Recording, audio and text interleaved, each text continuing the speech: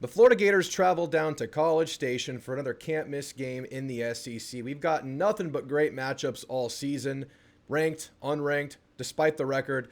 These teams can ball, and we just saw it last week with Florida. For Florida, this is a chance to open the door that is currently cracked. Because, Zombie Billy Napier, on the way out, fights his way back in versus Texas last week, and that goes for Florida's season. I'm the kind of guy that had Florida doing really, really well this year. I had them going 9-3 and backdooring their way into the playoff just by way of that strength of schedule and by enough chaos around the country for them to be the first team to make it at 9-3. And that is still on the table if they win every single game left on their schedule. They have some tough ones left. This one, Ole Miss, Georgia, it starts now. Can they build on that momentum they found versus Texas? Is that the real Florida? And for A&M, it's a chance to finish this homestand on a really strong note. You've done well so far in the first two games with your defensive emergence. The offense has had some ups and downs. That thing right there has plagued A&M in a big way. We saw that get cleaned up second half last game. We saw the offense wake up quite a bit second half last game. And this is probably the most talented defense A&M will have faced on the season. So it's a true test. It's a really good game. And right now, A&M's a 7.5-point favorite. And I think it's a pretty reasonable line. I think that's kind of in line with the talent level of Florida, building in the home field environment, building in their up and down, mostly down nature of the 2025 season so far, but also giving them maybe a little bit more boost based on that last performance versus Texas. If they don't have that game, this is probably like a minus 10.5 kind of a game. So I think this is a pretty appropriately placed spread, and the over-under is set at 46.5. A little bit of a lower scoring game there, a little bit more of a defensive game there. I don't know if I agree with that so much, but at the end of this video, I'll give you my score prediction, and you'll see that I hit the over in it. It's going to be a tough game. It's going to be really close. I've gone back and forth with the score prediction. Florida can win this game. There's no question about that. They have the talent to do it. They're playing a lot better. They're playing a lot cleaner, and they've had some studs emerge. So, guys, thanks for being here. We're going to preview the game, go through matchups, talk a lot about Florida and what we've seen from them. And, of course, we're going to give the score prediction like I just said. So, guys, make sure you subscribe. And if you're a Florida fan stumbling in here, I try to do right by my opponents. I try to do right by scouting you out and giving an honest evaluation of the team. And I try to keep it as real about A&M as possible. And subbing just really helps me grow this channel and bring more people in. Thank you all for being here. If you could like and comment your thoughts on the game as well. But let's talk about Florida. Obviously, we have a very, very strong sample in their most recent game because that's the game where they kind of played how they were supposed to be this season. Strong running game, led by a veteran offensive line, a really talented running back, and a great quarterback. And we saw all of those elements for most of the Texas game last week. And that really was highlighted by, first of all, a lack of mistakes, only 50 penalty yards in the game. The South Florida's game is the one that everyone looks at and points to and says that's why Florida's not going where we thought they would go this year. South Florida's a good team. Florida helped them out way too much. 100 penalty yards. I don't think the numbers were terrible for Florida in the game. Just some moments in the game, like a late INT, a late drop to kind of lose the game, to lose your chance of kind of taking the air out of that game the last couple of minutes of it. Mistakes, lack of execution, all the coach buzzwords. I think those were what plagued Florida, and that didn't happen as much in the game versus Texas. DJ Lagway was absolutely solid distributing the ball, and that was with a gimpy lower extremity. I don't want to get into the details of the injury because I really don't know, but he's clearly hampered by something. From reports, he's practicing all week this week. He's good to go. It's not going to slow him down too much in the game. That arm is extremely talented, and he showcased it at a really high level. What he lacked in maybe his mobility in the game versus Texas, he made up with just arm talent.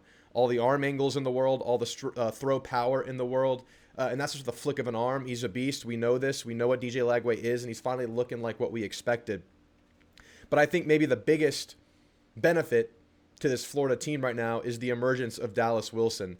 And that goes along with Vernell Brown, who's also a really talented freshman receiver. And they have a couple of freshman receivers out there that are going to be one of the strongest duos in the country for years to come. They're still young right now, but a very, very impactful game versus Texas. Some big explosive plays. I mean, we all saw the Dallas Wilson sideline beast mode play that really kind of separated them in the second half of this game versus Texas.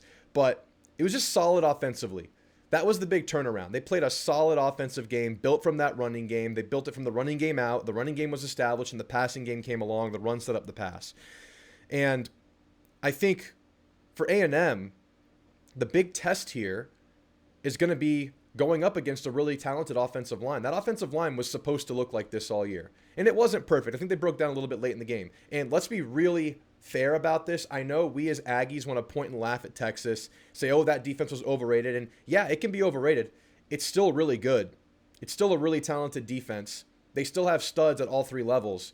And Florida was able to move them around and find soft spots and just break tackles and do amazing things against it. So, yes, maybe Texas bottled it up as the game went on, but Florida having any kind of sustained success, which they did in the game, is very impressive, and that started up front. And for A&M, we have felt really, really good about recent performances by the defensive line, tackling. All three levels have been playing really, really well at A&M. But I think of the three games you're playing at home right now, this is the best offensive line, and this is the best quarterback. Receivers, toss-up, it's them or Auburn, both really freaking good. Auburn's are more experienced. Florida's are maybe more talented but younger as a whole. I don't know. It's pretty close. But I think this test is in the trenches. And when we get to keys in the game later, I think that's going to reflect what I'm saying now. This is the prove-it game for A&M's front seven. This is the game where if Damian Sanford can do what he's been doing before, he is a bona fide stud in the SEC. This is a game where we can see how far Regis, Hicks, Onyedem have really come in dominating that interior of the defensive line. This is a game where we can see if Cassius Howell can make it happen in a game where you're not missing a couple of tackles or you're not having a quarterback that just holds onto the ball in Jackson Arnold. We didn't do too much against Notre Dame's offensive line, but we have come a long way since that bye week. So let's see if we can stamp that in. So if I'm looking at this matchup, I'm looking at that defensive line in that linebacker group. Torrin York's have to be on time. Torrin York's have to take great angles. Florida's offensive line was really good at getting to that second level and contacting and moving linebackers. So a really good test to be correct, a really good test of outside contain, because there were some plays in the game where maybe ball was bottled up, but able to bounce it, able to make lemonade, able to wiggle, really talented back. So discipline, tackling, and being vicious in the trenches is going to be the name of the game for A&M's defense. I have some faith in A&M's DBs against this receiver core because we've seen it against Cam Coleman, Singleton, that group, and it was really good. We've seen some receivers have success. Not often are you getting beat over the top. Not often are you giving up the huge plays. Tackle well, keep it in front of you, and just be solid. I know A&M's have a great game plan. I know these guys might find some success, but overall, I trust this A&M DB group that is getting better and better. Now, with guys kind of slotting into their roles, Marcus Radcliffe in that free safety, Dalton Brooks playing closer to the box. They have a go-to dime package now with Jordan Shaw kind of taking one of those high zones and Dalton Brooks coming down and playing the box. Tyreek Chappelle is getting back and getting healthier. Let's monitor his status. Obviously, he was banged up late in the game versus Mississippi State. We'll see what happens there, but I have some faith there. I think the big test here is up front because that is a serious offensive line. This is the best offensive line we've faced since Notre Dame's. I still think Notre Dame's is the best that we will face all year, but this might be second. This might be the second best offensive line, especially if they play the way they did last game. So let's be strong in the trenches for A&M. Florida's defense, I wasn't really surprised by the performance versus Texas. I think Texas has a pretty bad offensive line right now in this moment in time, and I think Florida took full advantage of it. 36 pressures by individual players, not total. Some of those were on the same plays, but 36 individual pressures by individual players by this Florida defense against the Texas offense. Insane numbers. They have athleticism, size, closing speed. I think that starts with Miles Graham, number 5 at linebacker. This guy is an absolute missile to the ball. Great instincts, great pursuit, great closing speed. I have him in my notes listed as the human missile. Look out for this guy. We're going to have to block. Brian Taylor Jr., number 33 on the interior, was an interior disruptor versus Texas.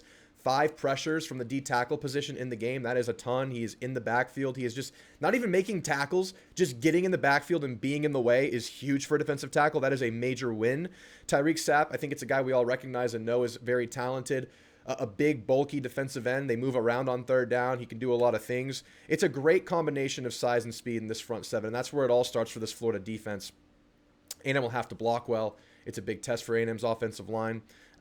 But I think at the DB group, they have some guys that are up and down. I think number 28, Devin Moore, had himself an absolute game versus Texas, shut down, had an interception. They used their DBs a lot in the blitz game. He had himself a sack in the game. Look out for number 28. But on the other side, Cormani McClain found himself on an island more often than not. And that's where Texas found some success.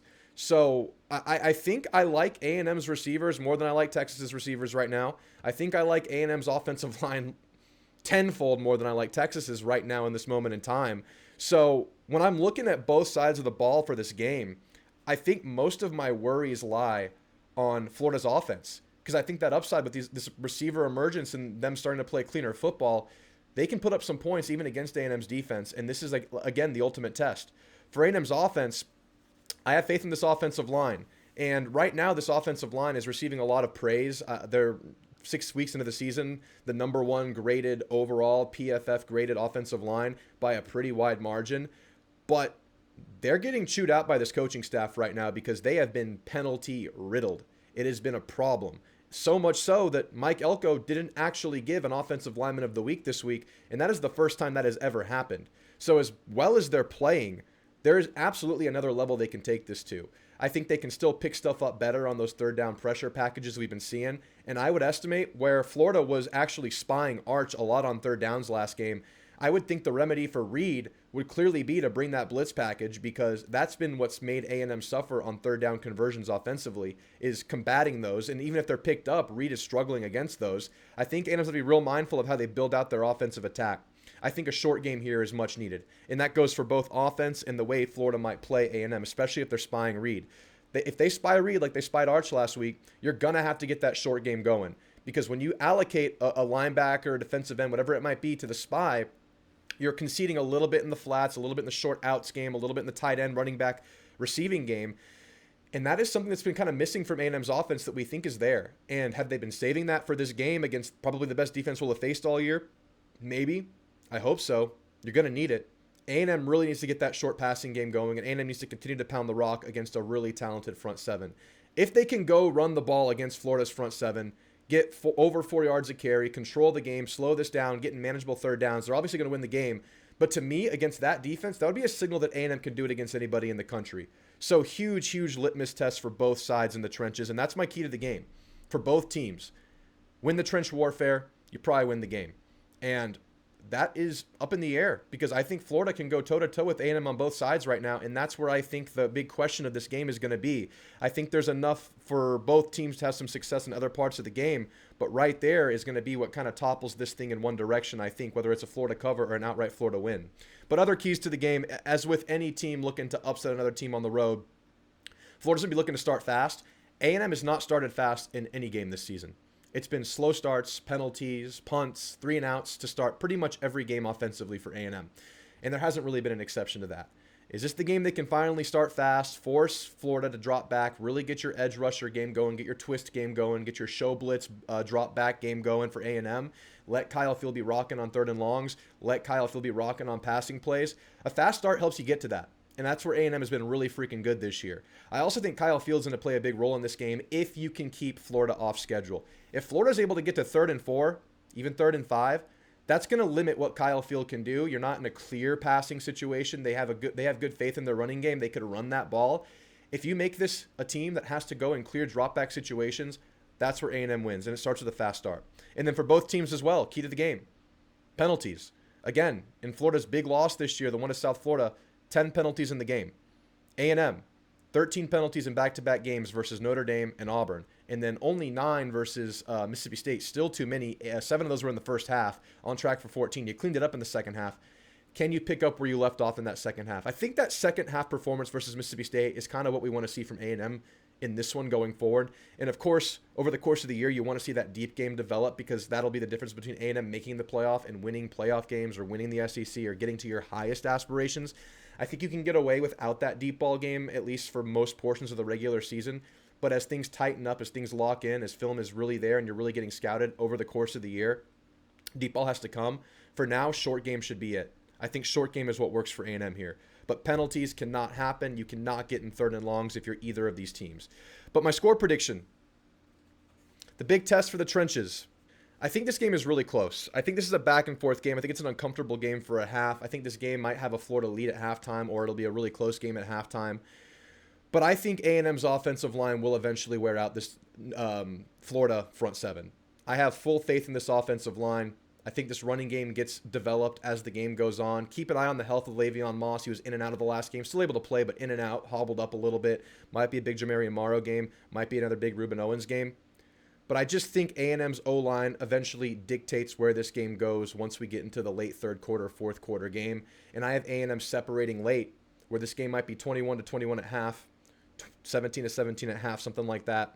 I have A&M winning this game 34-21. It's a big A&M win against a really good team. I think Florida can maybe stomach this as their last loss. I mean, really, you really have no margin for error. But for Billy, I think this is maybe the last one you can lose for him to keep his job. Then you like have to win out. They got to win one of the big ones. They have to play Georgia, neutral site later, win that one. Don't let it be this one. Don't let that door open against A&M. Slam the door shut, A&M. Dominate this game in the trenches. And D-line, if you can go dominate this offensive line after a hot start, a hot game versus Texas, you will have officially arrived and be one of the forces to reckon with in the SEC. Prove it game for the O-line. Prove it game for the A&M front seven. I have A&M winning at 34-21. Guys, give me your score prediction. Give me your keys to the game. Give me your reads on this game. I'm going to go live Thursday night, give you guys a chance to call in. Of course, once again, we'll have the Hall of Fame competition going, a chance to enter that board up there and make the Hall of Fame if you get the score correct on a call-in. I'll see you guys there Thursday night. Thank you so much for being here. Make sure you drop a sub, and shout out RHOBACK for sponsoring the channel. Merch like this. They make it in the Florida variety as well. Hats like this. Discount codes right there for 20% off. Check them out. Thank you, RHOBACK, for sponsoring. I'll see you soon. Gig 'em.